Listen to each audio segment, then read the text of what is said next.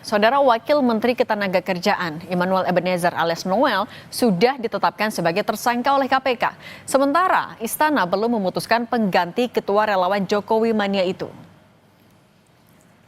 Nissan GT-R R35 yang masuk lobi gedung KPK Kamis sore menarik perhatian publik.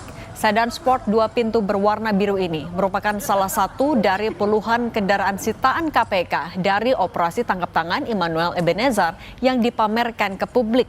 Namun sayangnya di plat nomor masa berlakunya tertulis April 2025. Artinya bila plat nomor itu asli, berarti masa berlakunya sudah habis. Bila dilihat dari situs jual beli mobil bekas, bandrol mobil ini sekarang di atas 4 miliar rupiah.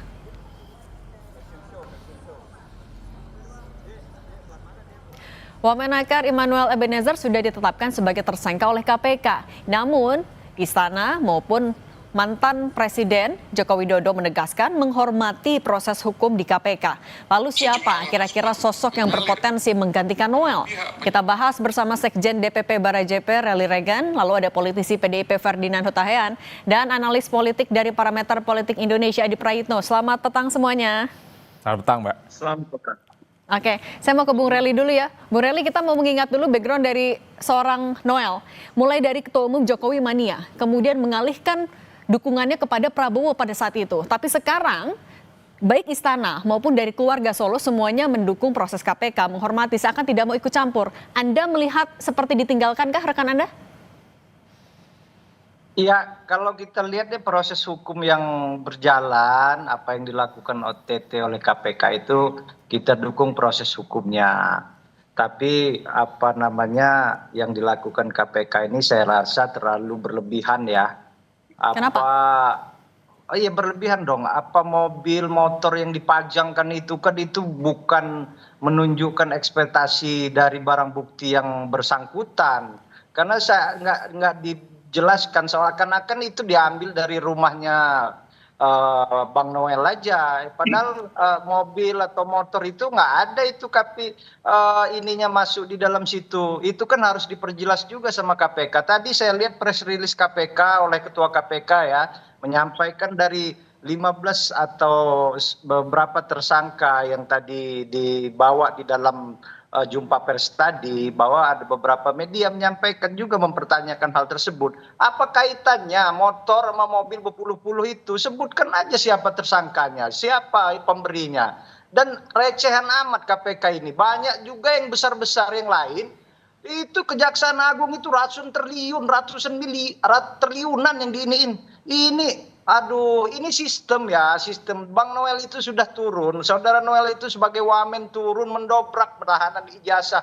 Tapi sistem jaminan kesehatan ketenagakerjaan itu di dalam itu yang memungkinkan itu kan pegawai ada aturan sistem yang sudah dilayangkan kepada seluruh perusahaan itu untuk melakukan pencegahan supaya proses pemberian sertifikat itu tidak ini. Jadi saya rasa ini ya kita hargai lah proses hukum yang berlaku, tapi memang saya rasa tidak pantas ya sebenarnya lebih banyak yang lebih big kalau gitu, kasus lebih besar daripada kalau gitu, tapi Bung Relly kita kembali lagi ke kasusnya ini kan sudah ditetapkan sebagai tersangka tapi dari pernyataan semua lingkaran istana, semua keluarga Solo, mereka seakan-akan ya menghormati saja. Anda tapi merasa rekan Anda ditinggalkan tidak oleh baik itu istana maupun juga keluarga Jokowi?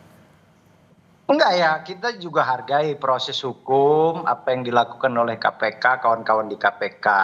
Tapi yang maksud kita,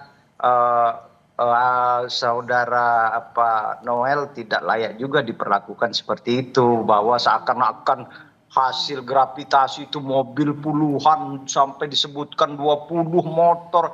Ini kan seopos ya, cari sohor aja pejabat publik yang seakan-akan melakukan hal-hal yang ini. Tapi ya KPK sudah melakukan, ya kita dukung. Ya tidak ada persoalan tinggal meninggal ya. Dari periode pertama Pak Presiden Jokowi, yang kedua juga proses beberapa menteri di kabinet juga ada yang tertahan oleh KPK. Saya rasa ini proses hukum ya, memang semua apa yang dilakukan oleh KPK itu tidak ada. Artinya juga menghormati. Kalau gitu Bung Ferdinand, Anda kan juga dulu sempat berada di barisan pendukung Pak Jokowi bersama juga dengan Noel. Tapi kan saat ini Solo juga kayaknya nggak mau ikut campur. Kalau Anda menangkapnya seperti apa? Ya, saya pertama prihatin sekali dengan apa yang terjadi dan yang saya dengar ya. Kemarin juga kami di DPP sempat membahas ini, tetapi saya secara pribadi sangat prihatin. Saya kaget sekali ketika saya melihat deretan barang bukti yang ditunjukkan oleh KPK atas OTT yang dilakukan terhadap saudara Noel dan beberapa orang lainnya. Saya dengar ada 11 orang yang ditetapkan tersangka. Saya itu cukup kaget. Saya tidak menyangka kalau Noel itu sudah sekaya itu sekarang. Maka ketika barang bukti itu dibeberkan oleh KPK, saya merasa wah ini sudah keterlaluan. Karena saya mengenal saudara Noel ini bukan baru, sudah lama. Jadi saya sangat kaget ketika melihat deretan kemewahan itu dipertontonkan oleh KPK sebagai barang sitaan. Saya terus terang orang yang sangat mengecam apa yang dilakukan oleh saudara Noel, dan kemarin kami juga membahas ini sebentar di DPP, di PPD Perjuangan, menyampaikan bahwa PPD Perjuangan akan mengawal kasus ini karena korupsi lah biang kerok persoalan di bangsa ini. Ini yang harus kita selesaikan. Jadi lebih mendorong ya. Tapi kan juga kalau melihat peningkatan kekayaan ya Noel sudah jadi wamen, apa yang paling membuat Anda kaget? Saya kaget melihat deretan mobil dan motor-motor yang menurut saya harganya sangat mewah. Karena 2016-2017 saya melihat Noel ini belum menjadi seseorang seperti itu. Artinya tidak masuk akal kalau seorang wakil menteri bisa dapat harta kekayaan seperti itu? Saya kaget justru di situ, kok setelah menjabat seperti ini gitu loh. Itu rasa kaget saya. Karena saya pernah ditawari jabatan tapi saya tolak. Tapi ternyata saudara Noel ini mendadak menjadi orang kaya. Nah, tapi memang apa yang disampaikan KPK ini kan belum clear apakah semua ini adalah barang bukti milik saudara Noel atau tersangka yang lain. Tetapi kan sekarang opini yang kita tangkap ini adalah hasil OTT yang dilakukan terhadap Noel sebagai wakil menteri, bukan kepada yang lain. Yang lain ini kan turut serta. Jadi barang bukti ini kami anggap sekarang adalah milik dari saudara Noel, dan terus terang saya kaget dia sudah sekaya itu. Oke, nah kalau Mas Adi melihatnya ya tadi balik lagi ya, pernyataan dari keluarga Solo baik itu Pak Jokowi, Gibran maupun Kaisang juga seolah-olah ya melepas tangan saja, ya mereka nggak ikut campur. Anda melihatnya apa sih yang ada di balik itu? Ya bagi saya secara prinsip siapapun yang tersandung dalam persoalan korupsi dan hukum tidak boleh diintervensi. Jadi biarkanlah hukum ini yang bicara, tidak boleh ada yang membackingi, biarkanlah ini hukum mencari keadilannya. Nanti kita tunggu bagaimana kawan-kawan KPK itu menggelar perkara soal hal ihwal yang terkait dengan operasi tangkap tangan ini. Karena bagi saya ini menjadi sesuatu yang ironis. Satu sisi kita tahu bahwa pemerintah hari ini berkomitmen bahwa persoalan korupsi itu adalah persoalan yang sangat prioritas. Dan Pak Prabowo mengatakan bahwa akan mengejar para koruptor itu kan hingga ke Antartika. Dan itu ditunjukkan selama 10 bulan menjadi Presiden di Republik Indonesia. Sudah banyak persoalan-persoalan korupsi yang saya kira sudah diungkap oleh Kejaksaan Agung, oleh KPK dan seterusnya. Banyak yang mengapresiasi. Publik berharap di tengah bagaimana komitmen pemerintah memberantas korupsi, kemudian KPK dan Kejaksaan juga menunjukkan taringnya begitu agresif mengungkap persoalan korupsi. Itu persoalan korupsi di lingkaran kekuasaan nggak ada. Tapi nyatanya kemudian ada OTT. Ini yang kemudian mengejutkan. Sangat ironis. Satu sisi pemerintah tidak akan memberikan ampun kepada siapapun yang jelas-jelas melakukan tindakan korupsi. Tapi masih saja ada yang muncul yang kayak gini. Nah itu artinya apakah Pak Presiden sedang menunjukkan kalau memang nggak akan pandang bulu atau ada makna lain yang bisa dilihat? Tapi jangan jawab dulu Mas Adi. Kita akan kembali sesaat lagi. Tetap bersama kami. Lanjutkan dialog bersama Bung Rely Regan, Bung Ferdinand Hutahian, dan Mas Adi Praitno. Bung Rely, ini kan sekarang jadi pertanyaan siapa yang bakal mengganti posisinya Noel di kursi Wamenakar. Tapi kalau dari Anda ikhlas nggak kalau misalnya posisi ini nggak dikasih ke teman-teman relawan lagi, ke teman-teman Anda, padahal kan Anda sudah mendukung di 2024 lalu? Bah, itu kan hak prerogatifnya Bapak Presiden, mana bisa kita intervensi. Yang namanya relawan, yang namanya partai politik tidak bisa mengintervensi apa yang menjadi keputusan Bapak Presiden. Ya. Gitu, ya. Tapi Anda ikhlas, rela-rela aja? Ya, saya rasa kan banyaklah pilihannya bisa Bapak Presiden pilih. Yang punya integritas, yang punya kemampuan yang mumpuni. Itu hak prerogatif Bapak Presiden dan komitmen untuk memberantas korupsi dan jauh dari tindak pidana korupsi. Artinya integritasnya, pencegahannya itu harus betul-betul orang yang mempunyai integritas yang diyakini betul. Oke. Kalau gitu, kalau dari Bung Ferdinand, ini kan kemarin PDIP juga bilang akan jadi penyeimbang, bukan oposisi. Nah sekarang dengan Wamenakar kan kosong, Anda melihat ini sebagai ruang terbuka untuk masuk ke PDIP di kabinet nggak? PDI Perjuangan sampai hari ini sikapnya kami menerima instruksi dari Ketua Umum Ibu Megawati Soekarno Putri untuk mendukung segala kebijakan yang baik dari kebijakan Pak Prabowo, tetapi tetap kritis kepada hal-hal teknis pelaksanaan dari kebijakan yang baik, tetapi teknisnya ada yang tidak baik, maka PDI Perjuangan akan tampil kritis. Jadi untuk kasus Wamenakar ini, kami PDI Perjuangan tidak berharap sama sekali untuk diminta atau dibuat atau diutus menggantikan saudara Noel sebagai wakil menteri, karena PDI Perjuangan juga kan adalah partai besar, masa ia levelnya hanya wakil menteri, kan nggak lucu lah. Tapi yang pasti bahwa sampai hari ini keputusan PDI Perjuangan belum pernah menyatakan dan tidak untuk bergabung sampai saat ini. PDI Perjuangan, instruksi Bu Megawati kepada kami masih jelas untuk mengawal program Pak Prabowo yang pro rakyat, tetapi mengkritisi proses pelaksanaannya supaya tidak salah, dan mengkritisi juga kebijakan yang memang tidak pro rakyat. Jadi soal pengganti Emmanuel Ebenezer, kami PDI Perjuangan tidak ingin campur tangan dalam hal ini, tapi ya mungkin kami bisa berpesan kepada Presiden untuk ke depan ini memilih pejabat-pejabat memang yang pantas untuk menjadi pejabat. Karena bagi kita melihat di kabinet ini ada beberapa orang yang memang belum pantas untuk menjadi pejabat, dan faktanya Siapa, Bu Ferdinand? sampai hari ini kan di kabinet Pak Prabowo, ya. Siapa beberapa orang itu? Di kabinet Pak Prabowo ini contohnya masih ada Budiari yang tersenggol judi online.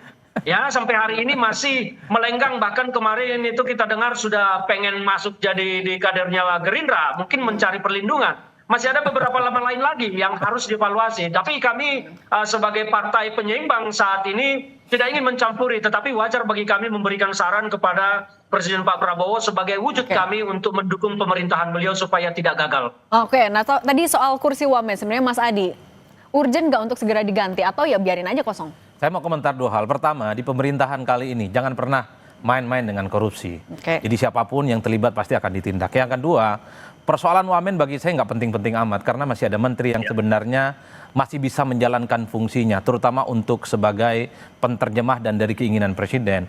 Sekalipun tidak ada wakil menteri, saya kira pekerjaan menteri akan established dan akan semakin kuat. Dan kita juga tahu bahwa persoalan Wamen ini kan dalam banyak hal adalah semacam politik akomodasi kepada pihak-pihak yang selama ini dinilai punya kontribusi terkait dengan pemenangan Pilpres 2024 yang lalu. Dalam politik itu sah. Tapi bagi saya persoalan Wamen tidak terlampau penting, tidak terlampau mendesak untuk segera dicarikan penggantinya. Mengingat sang menteri per hari ini saya kira performa kinerjanya itu masih dianggap masih bisa untuk diharapkan untuk memperbaiki di sektor ketenagakerjaan. Tapi overall bagi saya terkait dengan soal OTT oleh KPK dan terkait dengan pemerintahan di masa yang akan datang, kita tahu bahwa salah satu kunci negara besar itu adalah soal bagaimana law enforcement dan supremasi hukum itu memang harus di atas segala-galanya. Ini yang saya kira memang kita sangat apresiasi, dan tentu saja persoalan-persoalan korupsi yang jauh lebih besar harus berani diungkap sebagai upaya ini kita serius menghadapi persoalan korupsi. Nah, tapi Mas Adi kalau gitu peluang relawan yang kembali mengisi di kabinet masih terbuka lebar atau Pak Prabowo janjian kapok nih? Kalau mau jujur sebenarnya relawan dan nggak relawan untuk menempati posisi menteri ataupun wakil menteri, saya melihat sepanjang Pilpres 2024 yang lalu posisi relawan tidak terlampau signifikan. Yang menonjol itu adalah fungsi bagaimana peran-peran dari partai politik. Agak berbeda dengan era pemerintahannya Jokowi 2014, 2019, 2024. Posisi relawan sangat signifikan, menjadi salah satu instrumen yang memang terdepan dan bahkan menempati posisi-posisi strategis. Tapi di pemerintahan Pak Prabowo Subianto, baik peran politiknya itu secara perlahan memang tergantikan bagaimana orkestrasi dari koalisi besar yang dimiliki oleh Pak Prabowo. Begitupun di posisi-posisi strategis, sorry to say, tidak terlampau kelihatan sebenarnya unsur-unsur relawan yang memiliki posisi-posisi penting, baik pada posisi wamen ataupun sebagai wakil menteri. Oleh karena itu, ketika ada peristiwa politik terhadap salah satu oknum dari relawan politik, bagi saya ini bukan soal harus diganti dari relawan.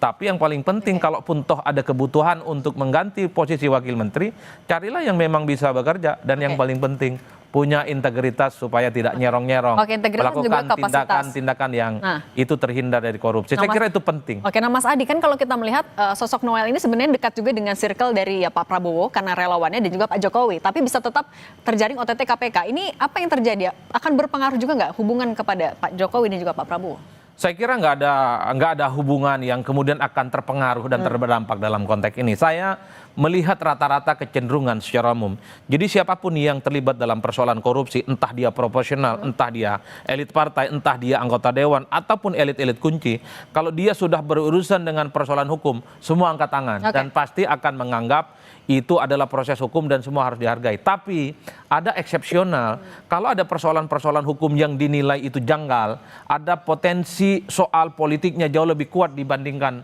persoalan hukumnya, maka biasanya ada yang pasang badan. Dalam kasusnya Pak Hasto, ini partainya Bung Fernian sejak awal prosesnya kan panjang, ini dituding unsur politiknya jauh lebih besar, makanya PDIP sekalipun pasang badan dan tidak memecat Pak Hasto sebagai sekjen dan kemudian menjadikan Hasto sebagai sekjen untuk yang ketiga kalinya. Begitupun yang terjadi pada Tom Lembong. Prosesnya panjang, dianggap ada unsur politiknya yang kuat, sehingga begitu banyak kelompok-kelompok sipil sekalipun yang juga memberikan dukungan politik. Nah, kita tunggu apakah betul yang terjadi pada Bung Noel hari ini, unsur politiknya itu jauh lebih kuat dibandingkan dengan unsur-unsur hukumnya.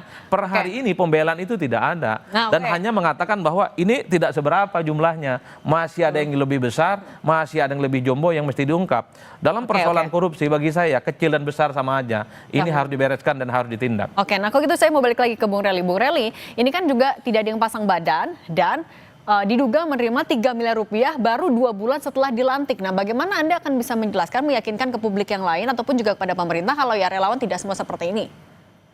Ya enggak dong.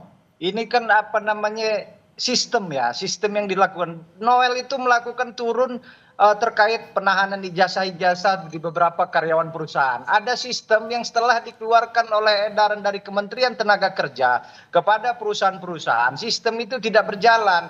Bagaimana gravitasi atau penyuapan atau yang disebut pemerasan oleh KPK itu dilakukan itu karena ada apa? Jam kerja, sistem online yang berjalan itu tidak berjalan. Bagaimana? Jadi Anda meyakini Bung Noel sebenarnya nggak ada urusannya sama kasus ini? Ada, ya makanya KPK kita hargai, kita hormati. KPK nggak serta-merta melakukan OTT, kan udah jelas OTT dia melakukan tangkap tangan, berarti langsung menuju ke pelakunya. Tapi artinya seperti ini, selagi sistem yang berlaku ada di kementerian, seluruh kementerian, saya tidak hanya bilang Kementerian Tenaga Kerja aja ya, kementerian lain seperti ini, aparatur sipil negara yang ada di dalamnya pejabat eselon 1, eselon 2, tidak integritasnya, udahlah. Masuk separuh itu ke dalam penjara semua. Oke, Bung Rely, tapi sekarang udah jadi tersangka. Anda berharap ya Bung Noel bisa dapat amnesti juga dari Presiden? Oh, ini kan amnesti dan abolisi itu tidak bisa dikait-kaitkan dengan urusan politik. Itu asli presiden. Presiden yang berhak, itulah apanya kelebihannya sebagai seorang presiden. Dia bisa mengeluarkan amnesti, abolisi. Tapi kita lihat sendiri, Bapak Presiden dengan kelegoannya dia memberikan itu kepada semua warga negara. Itu tidak ada kait-mengaitnya ya. Jadi proses hukum berjalan, kita hargai, kita hormati. Terima kasih. Oke, nah kalau Bung Ferdinand singkat saja, apakah dari PDIP melihat apa yang terjadi pada hari ini adalah bukti Pak Presiden tegas tidak pandang bulu atau ada makna lain Anda lihat? Singkat saja. Ya, bagi kami melihat bahwa memang Presiden sedang berusaha serius menunjukkan bahwa beliau ingin pemerintahannya bersih. Sayangnya jajarannya masih banyak yang belum mampu memahami keinginan Pak Prabowo, salah satunya Noel, sehingga situasi seperti ini dan beliau akhirnya terpeleset oleh perilakunya yang tidak terpuji saat ini. Kami berharap ke depan bahwa dalam pemilihan ini, pemilihan calon-calon pengganti menteri maupun wakil menteri, Pak Prabowo betul-betul melihat orang-orang yang berintegritas, jangan hanya orang-orang yang pintar ngomong tetapi ternyata di belakang yang melakukan hal tercela seperti ini. Oke, baik Bung Rely Regan, Mas Adi Prayitno dan Bung Ferdinand Hutahian. Terima kasih semuanya sudah berbagi di Kompas Petang. Terima kasih. Baik, terima kasih. Baik.